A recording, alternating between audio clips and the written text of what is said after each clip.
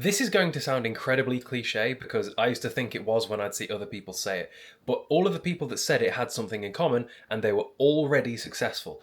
But the number one thing that is going to hold you back from achieving whatever goal it is that you have, whether it be growing your social media, whether it be making money, whether it be investing, whatever your goal is, the number one thing that holds you back is up here. It is your mindset. There is nothing that annoys me more than the I can't do that mentality, because all I want to do is shake you and be like, why not you? I've sat you down and put you on a tripod because I'm going to give you a long talk in this. It's probably going to be very few takes and a lot of just waffling, so stay still. And if you haven't already, do subscribe, because I've got 3 accounts that I'm trying to get to 100,000 subscribers, and back there I've got a lot of space on that wall for those plaques whenever I get them.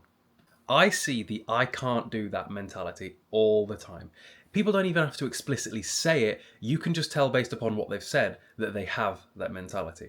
For example, when it comes to investing in the S&P 500, and again, none of this is financial advice. This is just me talking about what I'm doing and how I feel like people need to expand their horizons in terms of what they believe themselves to be capable of. When I say it's possible to save X amount of money and stuff like that, and somebody comments something like, oh, but the average salary is this, you have the wrong mindset.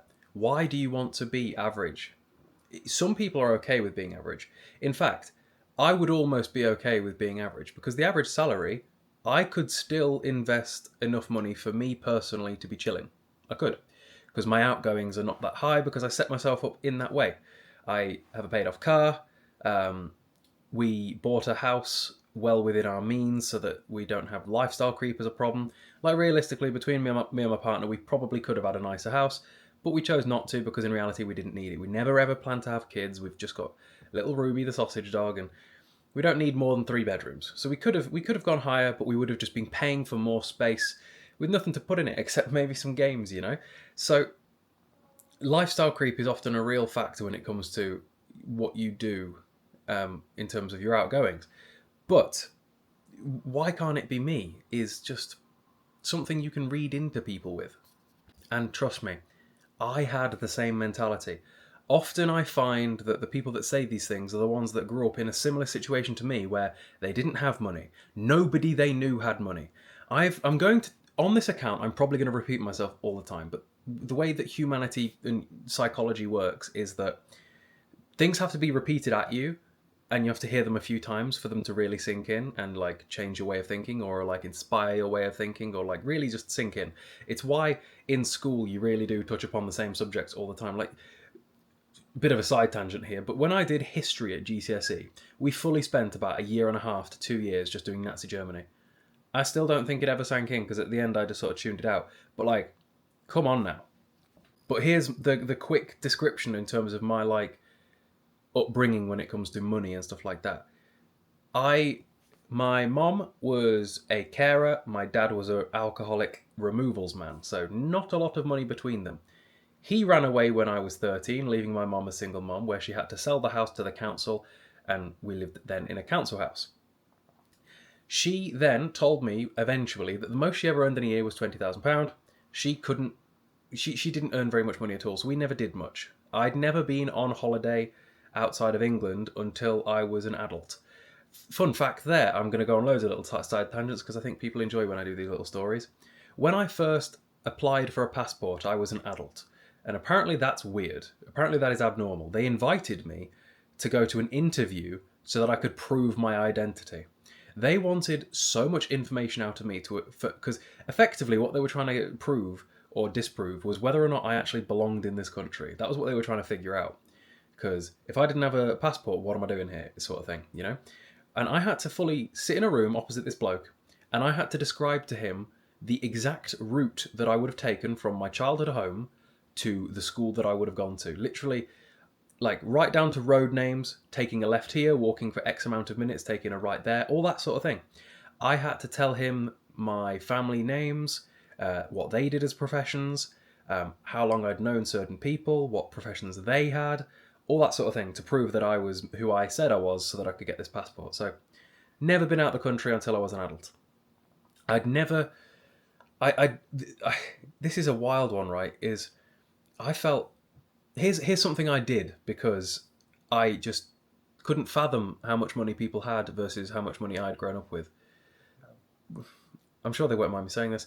My partner's family, they're all pretty decently well off. They're not struggling. Let's say that, right? A few years ago, I went on holiday with them, and I was under the impression that I was paying my way towards this holiday. I was under the impression that wherever we went, anything I drank or ate was on me. Because it hadn't explicitly been discussed, but I had paid for my portion of the flights, and coming from a poor family, I wouldn't have assumed that somebody else was going to pay for me because I couldn't have done the same for somebody else. But, so for the entire week, let me show you this. I think the note is still on my phone. Okay, yeah, so I still have this note on my phone from when we went. It was 2019, and take a look at this, right? If I just swing this around so you guys can potentially see. The entire time I was on holiday with my partner and her family, I tracked every meal and every drink I had because they were covering the bill at the end of each meal, just to make sure that I knew how much I was theoretically spending. And I would, as you can see, it's a lot of Cokes and things like that. There was barely any alcohol in here because I didn't want to spend other people's money because, again, they were paying the bill. But I was under the impression that when I got home, that it was going to be on me. And when I got home, they didn't ask me for any money. They didn't care. This is the sort of money that they're just not bothered about because there is money out there in the world. Trust me, the amount of money that I spent on my food and drink is just not a lot to some people. And this is the thing that I think is difficult for a lot of humanity to accept, is that there are levels to this, and the levels are not as far away from home as you might think. Like, when I was younger, I was under the impression there is like my level and rich people, like rich people. You don't realise everything that's in between that. Like, I promise you that people that earn 100 grand a year do not consider themselves rich. They just don't. But they will be able to live fairly nicely, I guarantee you that. And I would also hazard a guess that if you're someone like me who grew up in a family where 20 grand was the top salary your mum ever got, that 100 grand sounds like an insurmountable amount of money. I remember when I was in the room when my partner took her phone call accepting her job that she got after uni, and this was like 5-6 years ago or so, and I heard £30,000 as the starting salary, and I was like, oh my lord, that's 10 grand more than my mum's made in her life, and this is the start. Like, what? How does anyone ever get paid this much money? Like, what for? And other scenarios like this. I was a personal trainer when I was like 18, 19. And at the time, as a brand new personal trainer, the going rate was about £100 per month for a client to hire you. And because I couldn't have afforded £100 back then, in my silly little brain, I assumed that nobody else could either. And this is the point I want to drill home, is please don't assume that just because what is currently normal for your position in life right now doesn't mean that that is where everybody else is at. Because I promise you, right, I know personal trainers and coaches now that charge £500 a month. And I still would struggle, even now, to get my head around the fact that some people can afford that and will just pay for that. Here's the crazy one, right, is that £100 a month, you'll have clients that sign up for £100 a month that never speak to you. When I was an online coach, and this has happened to like most online coaches, occasionally people ghost you, but they keep paying you for the foreseeable.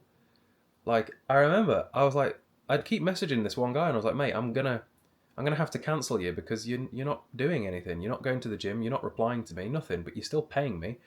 And then maybe like once every 2 months, he would reply and be like, oh no, I still want to carry on. I'm like, but mate, I don't want to charge you when you're not doing anything. Because in my head back then, I was like, this is a lot of money, especially for somebody that age. I was like, I couldn't get my head around it. So the point to this little monologue is the fact that there's money out there. There's levels to this.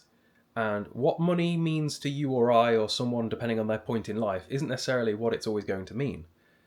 I ended up earning a decent amount of money for my age.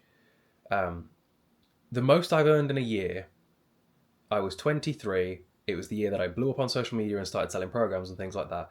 I made 120 grand at 23. I've never made more than that. And because I pivoted into different content styles, because I decided to chase my passion versus just chasing purely money, I accepted that I was going to earn less in the short term, but with the potential for higher in the long term. Because, for example, I could continue online coaching even after my passion dwindled for that, and still earn a good chunk of money, because every 10 clients there is 1,500 quid. You know, if you have 30 clients a month, that's £4,500 a month. 30 clients a month is genuinely not a lot to an online coach. Most online coaches consider themselves full at like 100 to 120 clients. They'll do 20 check-ins per day or 25 check-ins per day. It's crazy, and they'll charge more than that 150 as well.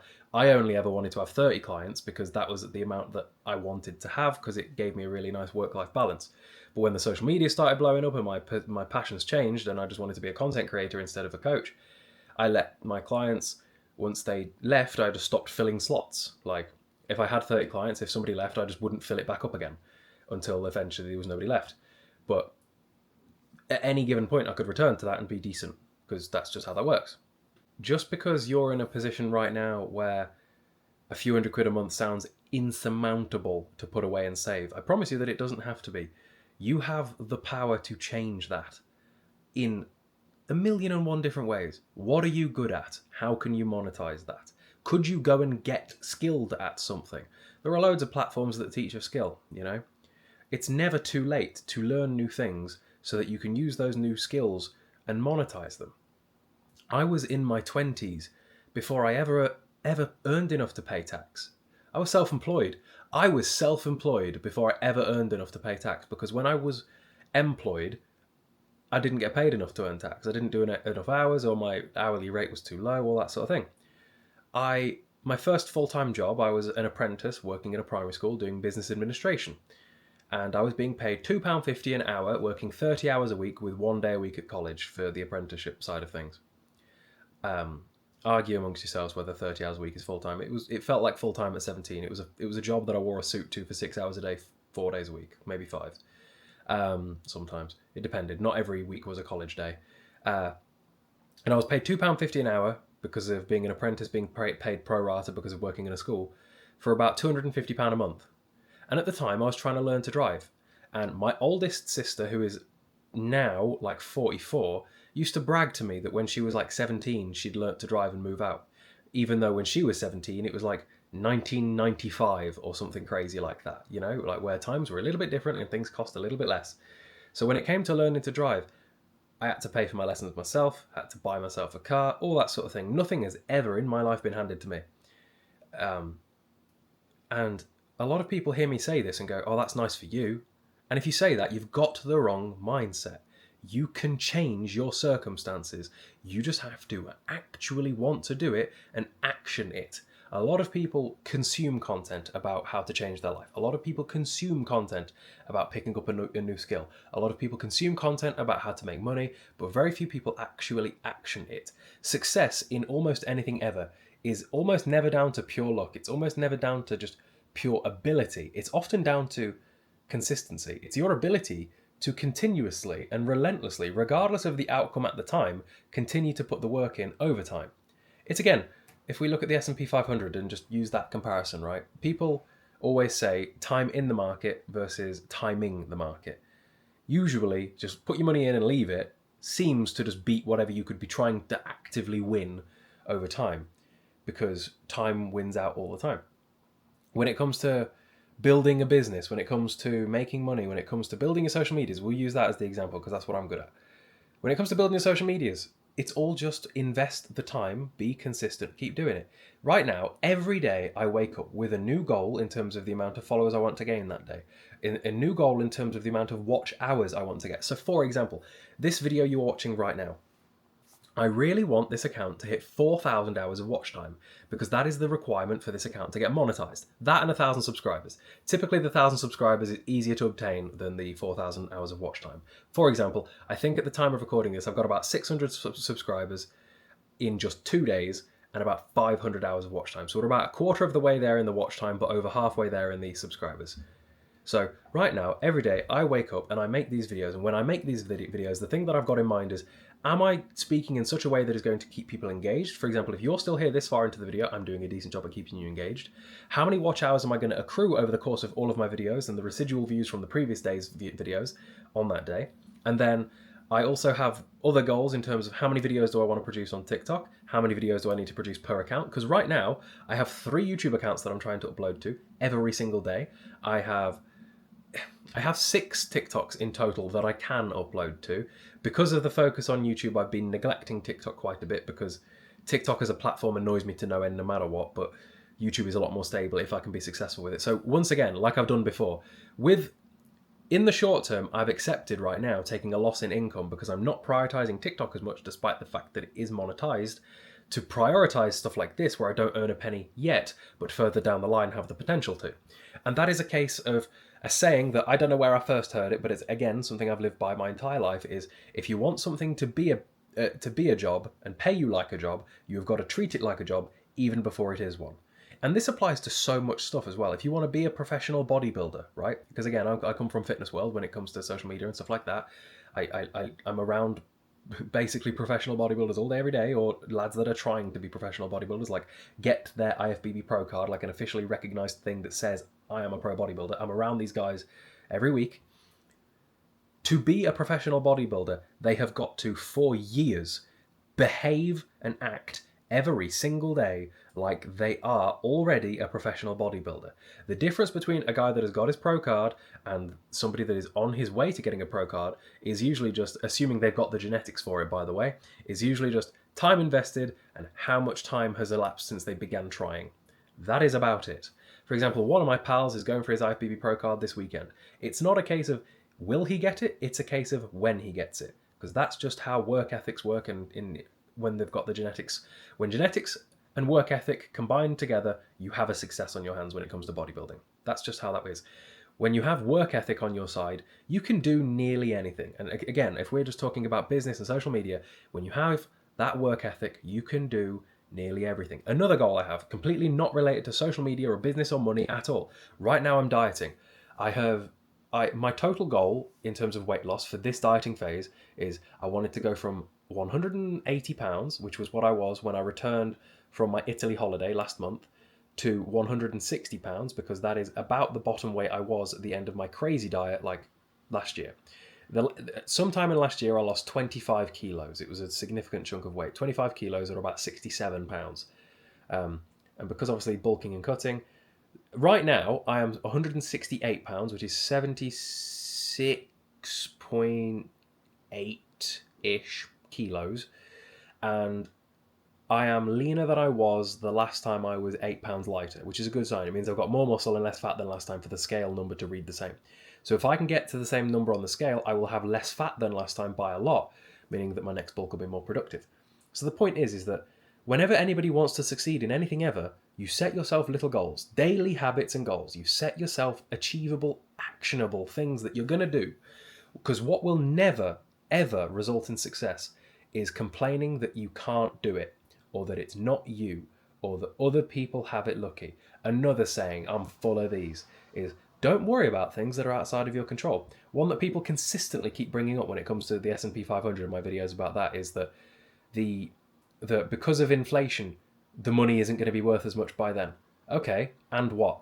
We can't do anything about inflation, but provided the S&P hypothetically does what it's been doing, and provided my accounts in the S&P all do what they should do based upon history, it'll outpace inflation.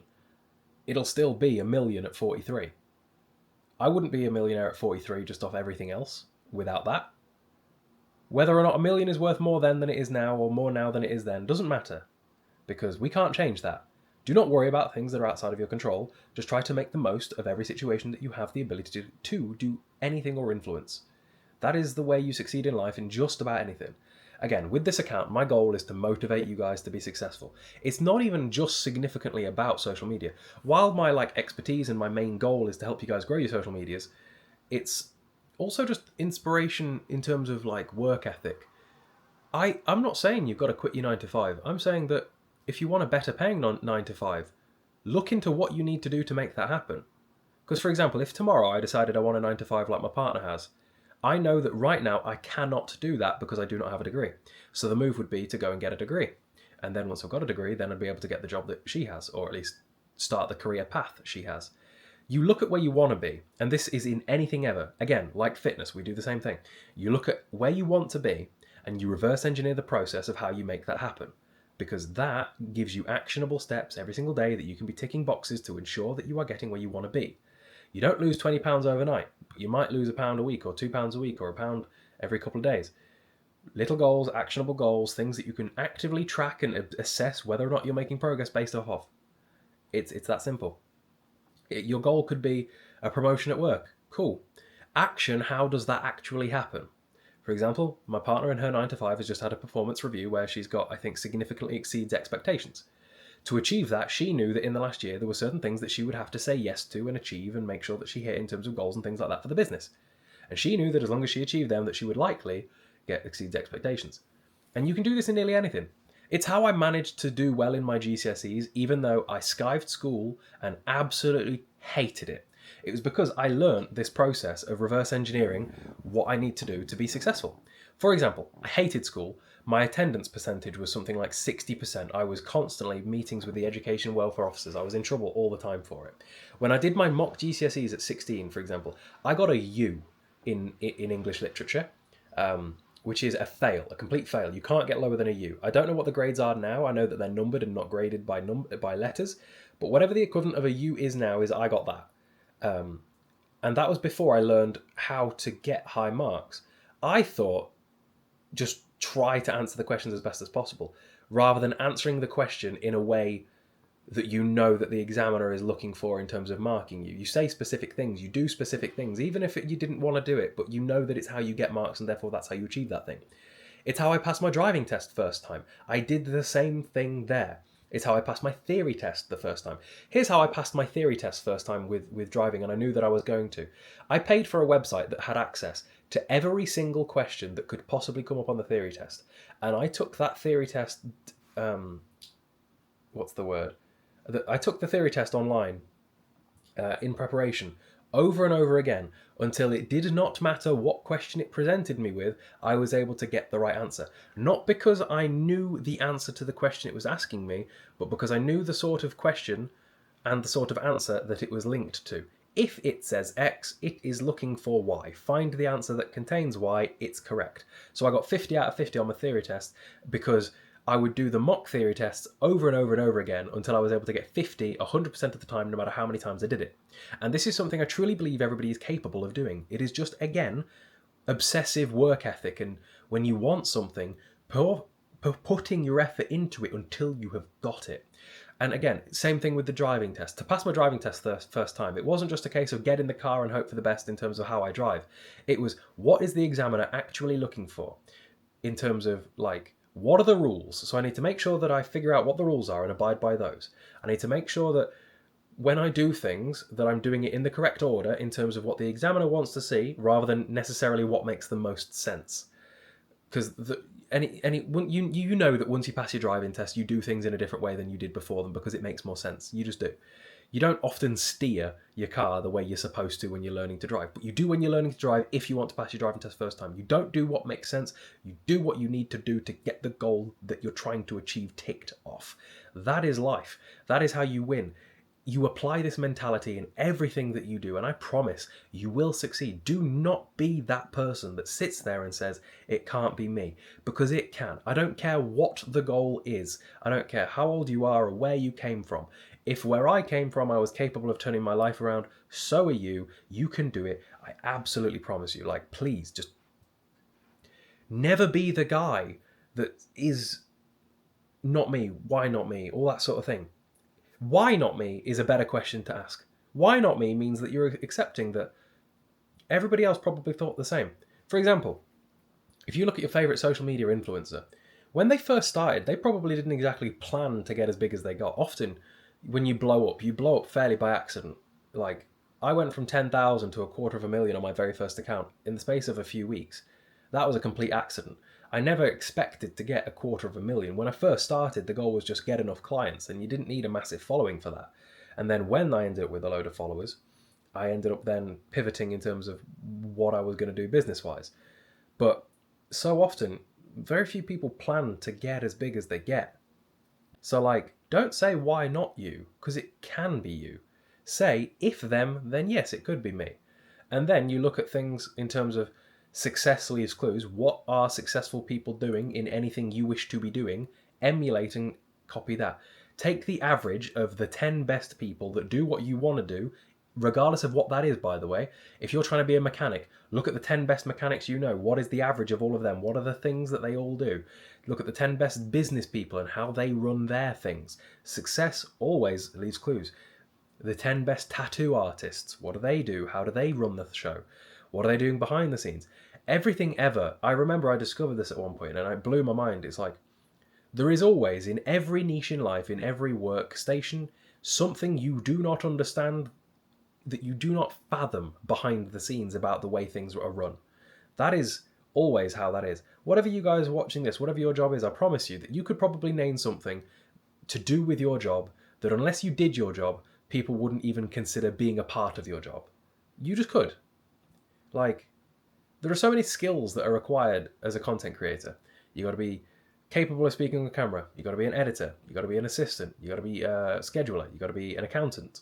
There's so many different things you have to get decent at if you're going to be successful here. So yeah, point of this video is your mindset is everything when it comes to your success. Do not be the person that sits there and feels sorry for themselves and makes themselves the victim and acts like they could never succeed because it's just not, they're just not that lucky. Consistency will beat luck every time. Consistency might beat skill if skill isn't applied consistently. Just start. Whatever it is that you're trying to do, just start. See you in a bit.